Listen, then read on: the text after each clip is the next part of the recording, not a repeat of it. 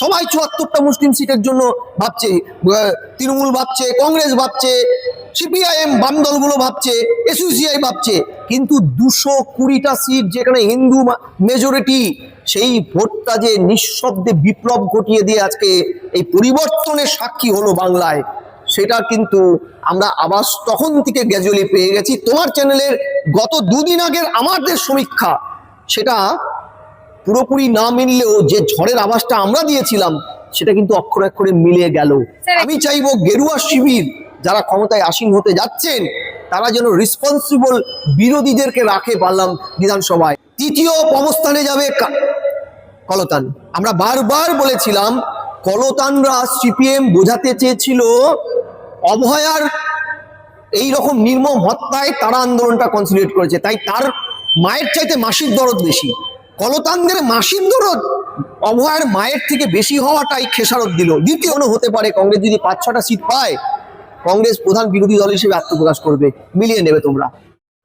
উত্তরবঙ্গ বরাবরই গেরুয়া ঝড়েরই একটা আবর্ত ১৯০০ থেকেই একদম চিরস্থায়ী হয়ে গেছিল, তা কার্যত এবারও বিমুখ করেনি। তোমাদের এই প্ল্যাটফর্মে আমি বিগত ২ বছরে বারবার বলেছি উত্তরবঙ্গের জাতিসত্তা, ভাষাসত্তার স্বীকৃতি এবং অনুন্নয়নের স্বীকৃতিটা ওরা চায়, সেটা বিজেপি ওদের দিতে পেরেছে, আশ্বাস দিয়েছে, তাই ১৯-এর থেকে আজ অব্দি তারা অন্যথা করেনি। এবার সেটা সাইক্লোনিক রূপ নিয়েছে। ১-২টো যা উপনির্বাচনে তৃণমূল বের করতে পেরেছিল সেটাও ঢেকে গেছে। যেটা তফাৎটা যেটা গড়ল, বৃহত্তর হিন্দু ঐক্য এবার পাহাড়কে সমতলে মিশিয়ে দিল। অর্থাৎ সমতলে এই যে ভয়ানক ঝড়, গেরুয়া ঝড়, সেটা বৃহত্তর হিন্দু ভোটের ঐক্যটা, যেই ঐক্যটা বারবার তৃণমূল অসম্মান করেছে, মুসলিম অ্যাপিসমেন্টের জন্য তারা এখানে মুসলিম ইয়েকে একটার পর একটা তাদের উন্নয়ন না করে তোষণ করেছে। তো একইভাবে ওই জুতোয় পা গলিয়েছে কংগ্রেস, ওই জুতোয় পা গলিয়েছে সিপিআইএম। এবং শামশেরগঞ্জে হিন্দু ভাইদের হত্যা, যারা ছিল কমিউনিস্ট সিপিআইএম এর সদস্য, সিপিএম বলেছে, তাদের পাশে সিপিএম থাকেনি বলে হিন্দু ভোট, যে ভোটগুলো বিজেপিকে আপাতত কোনোভাবেই ভালোবাসে না বা তাদের মেম্বার নয়, তারাও কিন্তু ভেবে নিয়েছিল আমাদের প্ল্যাটফর্ম, আমাদের বলার জায়গা কোথাও নেই, তাই তারা কিন্তু পুরো ভোটটা কনসিডার করেছে। 10% ভোট যেটা বেড়েছে এবার, প্রায় ৩২ লক্ষ প্লাস ভোট, ৩২.৫ লক্ষ, সেই ভোটটা পুরো কনসিডার করেছে বিজেপির দিকে। শুধু তাই নয়, মহিলা ১.৫% বেশি ভোট কনসিডারেট করেছে পুরোপুরি গেরুয়া শিবিরে। এই সার্বিক অঙ্কে আজকে যে ভয়ানক একটা ঝড়, যে ঝড়টা আমরা ২ বছর ধরে তোমাদের চ্যানেলে বলে গেছি, এই ঝড়টা কিন্তু আসছে এবং হিন্দু ভোটটা কনসিডারেটেড হচ্ছে। সবাই ৭৪টা মুসলিম সিটের জন্য ভাবছে, তৃণমূল ভাবছে, কংগ্রেস ভাবছে, সিপিআইএম বাম দলগুলো ভাবছে, এসইউসিআই ভাবছে, কিন্তু ২২০টা সিট যেখানে হিন্দু মেজরিটি, সেই ভোটটা যে নিঃশব্দে বিপ্লব ঘটিয়ে দিয়ে আজকে এই পরিবর্তনের সাক্ষী হলো বাংলায়, সেটা কিন্তু আমরা আবার তখন থেকে গ্র্যাজুয়ালি পেয়ে গেছি। তোমার চ্যানেলের গত দুদিন আগের আমাদের সমীক্ষা, সেটা পুরোপুরি না মিললেও যে ঝড়ের আভাসটা আমরা দিয়েছিলাম সেটা কিন্তু অক্ষরে অক্ষরে মিলে গেল। দেখো, সিপিএম এখনো পর্যন্ত নিজেকে শাসক ভাবে, তো এখনো ১৫ বছর ক্ষমতায় নেই, কিন্তু ওরা এখনো ভাবে আমরা ৩৪ বছরের মসনদটা ধরে রেখেছি, তাই জনগণ আমাদেরকে ভুল করে ভোট দেয়নি। আমি বলছি সিপিএম যদি জেতে ১-২টো সিট সংসদীয় গণতন্ত্রের, সত্যিকারে আমি নিজে চাইবো হোক, কারণ তৃণমূলের দায়িত্বজ্ঞানহীনতা থাকতে পারে।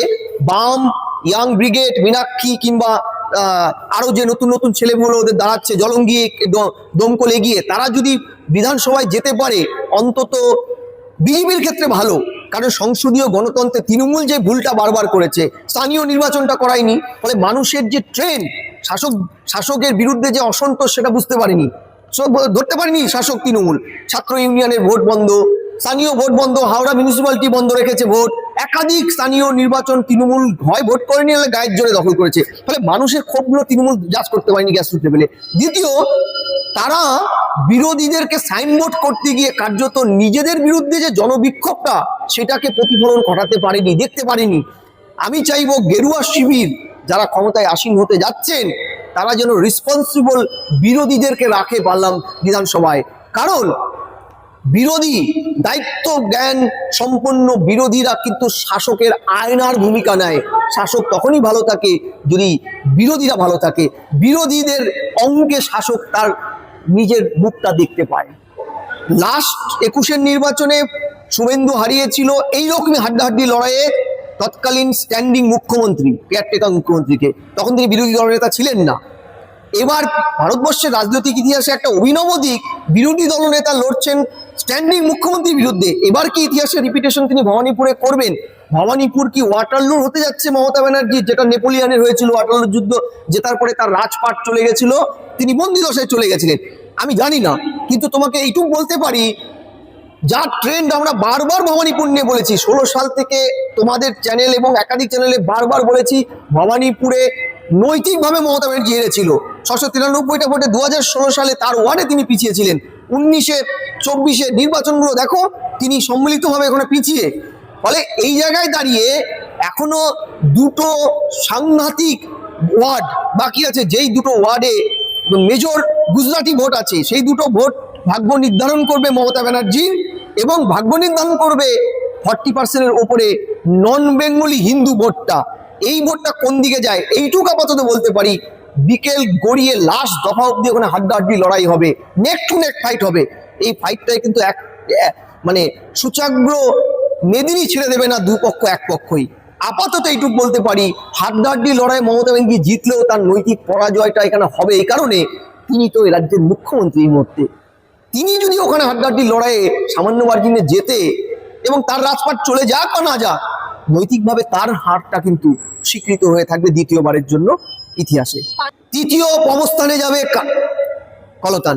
আমরা বারবার বলেছিলাম, কলতানরা সিপিএম বোঝাতে চেয়েছিল অভয়ার এই রকম নির্মম হত্যায় তারা আন্দোলনটা কনসলিডেট করেছে, তাই তার মায়ের চাইতে মাসির দরদ বেশি। কলতানদের মাসির দরদ অভয়ার মায়ের থেকে বেশি হওয়াটাই খেসারত দিল। দ্বিতীয় খেসারত দিল, ও তৃতীয় পজিশনে জামানত বাজেয়াপ্ত হতো না ওর। কেন? ও যদি বা ওর দল যদি অভয়ার মাকে নিয়ে ওইসব ভুয়ো কিছু ভিডিও এভিডেন্স ছাড়া, বাচ্চাটাকে নাকি মেরেছে অভয়ার মা, এটা সেটা স্ট্রং এলিগেশনগুলো এনেছে শেষের দিকে। এই যে অভয়ার মা, অভয়া যেন নারীর, ওখানকার তৃণমূলের মহিলারা পর্যন্ত অভয়ার মাকে বাইরে এসে দুহাত তুলে আশীর্বাদ দিয়েছে যে আমি তৃণমূল আগে নই, আগে অভয়ার ওই নির্মম পরিণতির আমি জ্বলন্ত একটা অংশ, মায়ের কষ্টর অংশীদার। এটা সিপিএম বুঝতে পারেনি। তাই ওই যে তৃণমূলের সর্বোচ্চ স্তর থেকেও যখন বলেছে অভয়ার মাকে বেলোদাবেল অ্যাটাক তোমরা করবে না, রেসপেক্ট করেছিল মায়ের আবেগটাকে, সিপিএম কিন্তু আবেগটা রেসপেক্ট করেনি। পরিণতি যেটা হবে, কলতানের মতন ভালো ছেলেটার হয়তো জামানত খাওয়াবে, সিপিএম ওখানে তৃতীয় পজিশনে যাবে এবং এটার ইম্প্যাক্ট অন্যান্য সিপিএম এর সিটগুলোতে পড়বে। সেবার ভট্টাচার্যের কাটায় সজলদা হেরেছিল, হারানো হয়েছিল। এবার সায়নদীপ কিচ্ছু চলবে না। এবার ভোট কাটোয়াদের রিজেক্ট করে মানুষ কনসলিডেট করেছে এবং বাংলা আবার ট্রেন্ড সেট আপ করতে যাচ্ছে যে এখানে টেনে মুনে কেউ যেতে না, যে যেতে উজাড় করে যেতে, মানুষ তাকে উজাড় করে আশীর্বাদ করে। দেখো এই নির্বাচনে যেই হারতো, ধরো বিজেপি হারলে প্রধানমন্ত্রীর ওই সিটটা চ্যালেঞ্জ হয়ে যেত। তার যোগ্যতা, তার সারা পৃথিবীতে যে তিনি পপুলার, সবচেয়ে পপুলার ম্যান এই মুহূর্তে, ফরচুন পত্রিকার তিনি 1 নম্বর মুখ, সেটা চ্যালেঞ্জ হতো। 29 অব্দি হয়তো মোদিকে থাকতেন না, আমি প্রথম টিকটা দিতাম। কিন্তু দ্বিতীয় পক্ষ যেটা হলো, তৃণমূল নেত্রী, তৃণমূল দলটা 6 মাস টিকে থাকবে কিনা সন্দেহ। কারণ কংগ্রেস থেকে বেরিয়ে যাওয়া আঞ্চলিক দলগুলো ক্ষমতায় অল ইন্ডিয়া না থাকলে আবার কংগ্রেসে কনসলিডেট করেছে, তার সব উদাহরণগুলোই তার আছে। আগামী কয়েক মাস পরে রাজ্যে 92টা মিউনিসিপ্যালিটি এবং কর্পোরেশনে ভোট, এই ভোটে তৃণমূল লড়বে না।